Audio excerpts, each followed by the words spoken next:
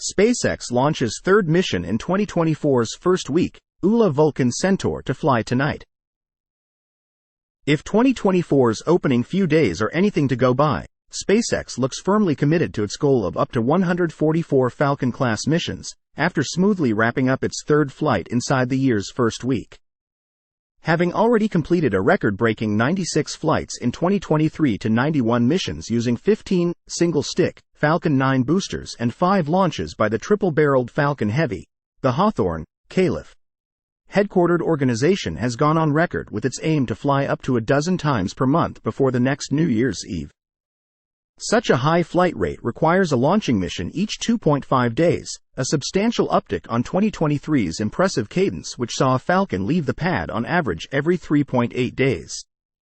But with 3 missions already accomplished in the year's first week, a pair of Starlink internet communications satellite launches and the successful lofting of Sweden's OVZON-3 broadband communications satellite to geostationary transfer orbit, GTO, last Wednesday, the pace has already quickened into a roar.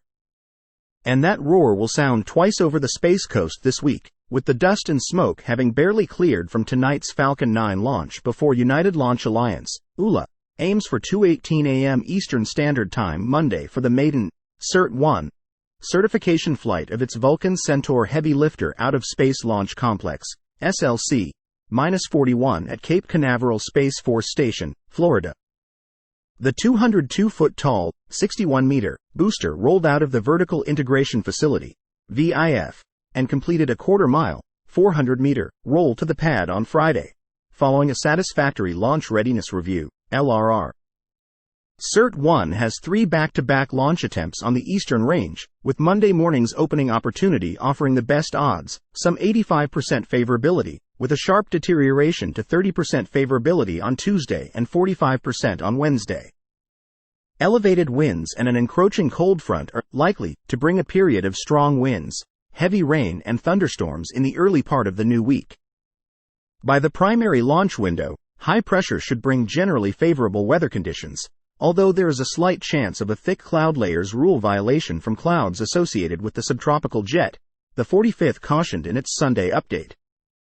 By Monday night, winds will begin to increase ahead of an approaching low-pressure system, it added, with an expectation that there would be no cessation until late Tuesday night, with multiple launch commit criteria, LCC, violations likely.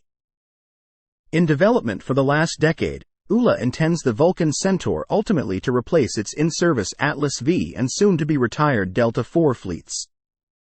For its maiden outing in a few hours' time, it will rise from SLC-41 under almost 2.1 million pounds, 950,000 kilograms, of thrust from the twin Blue Origin-built B-4 engines at the base of its core stage and pair of Northrop Grumman Corp. Furnished graphite epoxy motor, GEM-63XL solid-fueled strap-on boosters to deliver Astrobotic's Peregrine lunar lander into a highly elliptical orbit of more than 220,000 miles, 360,000 kilometers, to intercept the Moon next month and propulse us Inc.'s Enterprise fly peace. Tomorrow morning's launch will begin at T5 seconds, when the Vulcan core stage's B-4 engines ignite, building up thrust to over 1.1 million pounds, 450,000 kilograms. At T0, their roar will be joined by the staccato crackle of the GEM-63XL boosters to power the stack uphill, exceeding the speed of sound at 70 seconds into flight and experiencing Max Q, the peak amount of aerodynamic stress upon its airframe, at 76 seconds. Their job done, the twin GEM-63XLs will be jettisoned at 110 seconds after liftoff, after which the B-4s will continue their own burn to push the Vulcan-Centaur to the edge of space. Shutting down 5 minutes into the flight, the 109.2-foot-long, 33.3-meter core stage and the 38.5-foot-long, 11.7-meter Centaur V upper stage will part company. It will next be the Centaur V's responsibility to conduct the remainder of the mission, executing 3 burns of its twin Aerojet Rocketdyne-built RL-10 engines to emplace Peregrine into a highly elliptical orbit, more than 220,000 miles, 360,000 kilometers, above Earth, and deliver the Enterprise flight memorial payload into deep space. The Centaur V, which possesses 40% more endurance and 2.5 greater energy than ULA's current in-service upper stages, will kick off the first burn of its RL-10 engines, lasting 10 minutes and 31 seconds, shortly after separation from Vulcan's core. During the burn, the two-piece composite fairing will be discarded, exposing Peregrine to the harsh environment of space for the first time. After main engine cutoff, MECO -1, by which point the Centaur will be high above the mid-Atlantic Ocean, the stack will coast for 28 minutes, before the RL-10 engines ignite again, this time running for 4 minutes and 2 seconds to lift Peregrine into a TLI orbit.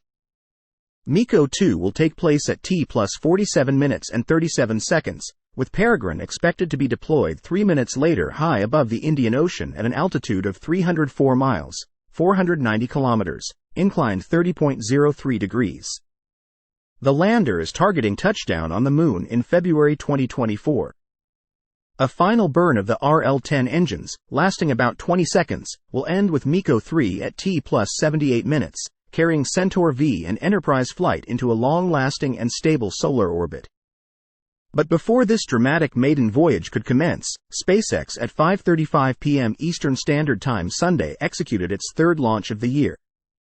Veteran B-1067 completed no fewer than 15 flights between June 2021 and last November. Her 16th launch tonight sets her in 4th place on the list of most experienced operational Falcon 9 boosters behind her in-service siblings B-1060, B-1061 and B-1062, all three of which have reached 17 flights. B-1067 first saw service almost 3 years ago to launch the CRS-22 Cargo Dragon for a month-long stay at the International Space Station, ISS. She went on to deliver 8 astronauts from the United States, Germany and Italy to the sprawling orbital complex on Crew 3 in November 2021 and Crew 4 in April 2022, followed by the CRS-25 Cargo Dragon to the ISS the following summer.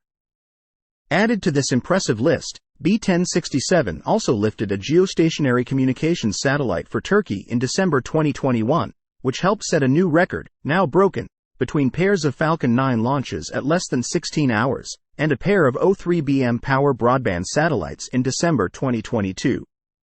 Other payloads included the Hotbird 13G communications satellite in November 2021 and last June the Satria Very High Throughput Satellite, VHTS, built by Thales Alenia Space for Indonesia's Pacific Satellite Nusantara, PSN.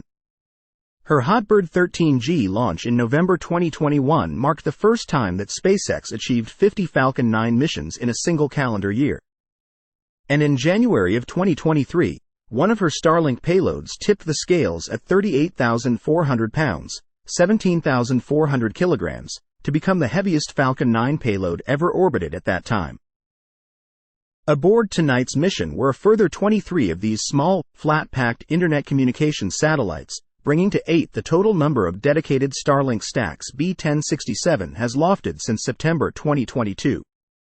All told, this particular booster has lofted 312 Starlinks to orbit, about 5.5% of the total launched by the entire Falcon 9 fleet since May 2019. Weather for tonight's launch proved generally favorable, with an 80% probability of acceptable conditions during a suite of T0 points from 4 p.m. through 7:59 p.m. Eastern Standard Time. A group of backup opportunities were also available on Monday afternoon, set against the backdrop of a murkier weather picture of only 40% favorability. Key to the current Florida weather situation is a slow-moving cold front, although this was expected to finally get nudged south of the area late Sunday as surface high pressure builds across the southeast U.S., according to the 45th Weather Squadron at Patrick Space Force Base. The reprieve from the active weather pattern will be short-lived, however, as a powerful storm system develops across the southern plains and western Gulf of Mexico on Monday, with its impacts expanding towards Florida late in the day. All told, this threatened Sunday afternoon's opening launch attempt with violating the thick cloud layers rule, with an added risk of breaking the cumulus cloud rule also factoring into Monday's dreary weather picture. In readiness for launch, the Autonomous Spaceport Drone Ship, ASDS, a shortfall of Gravitas, put to sea out of Port Canaveral on the morning of the 3rd of January, bound for a recovery position some 390 miles, 630 kilometers, offshore in the Atlantic Ocean.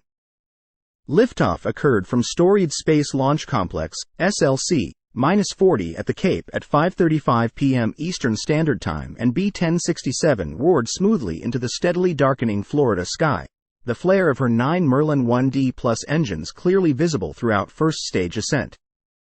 At 2.5 minutes into flight, the core stage separated from the stack and completed a picture-perfect descent to light on ASOG's deck. Meanwhile, the single Merlin 1D Plus vacuum engine of the second stage burned for 6 minutes, with a targeted deployment of the 23 Starlinks about 65 minutes into tonight's flight. As a network, Starlink enables high-speed and low-latency internet provision to 70 sovereign nations and international markets in North and South America, Europe, Asia, Oceania, and Africa. Landlocked Eswatini, formerly Swaziland in southern Africa, and Paraguay joined Starlink as recently as December. The downsized Starlink V2 Mini satellites, first flown last February, boast 3 to 4 times greater usable bandwidth than earlier Starlink iterations. V2 Minis include key technologies, such as more powerful phased array antennas and the use of E-band for backhaul, which will allow Starlink to provide 4x more capacity per satellite than earlier iterations, SpaceX explained. Among other enhancements, V2 Minis are equipped with new argon hull thrusters for on-orbit maneuvering. Florida-based intercity operator Brightline adopted Starlink on its trains earlier in 2023, the first passenger rail service in the world to do so. Additionally, El Salvador's Ministry of Education has begun integrating Starlink capability into its schools to help close the digital divide between urban and remote rural communities, and 50 Rwandan schools are now connected via Starlink's High.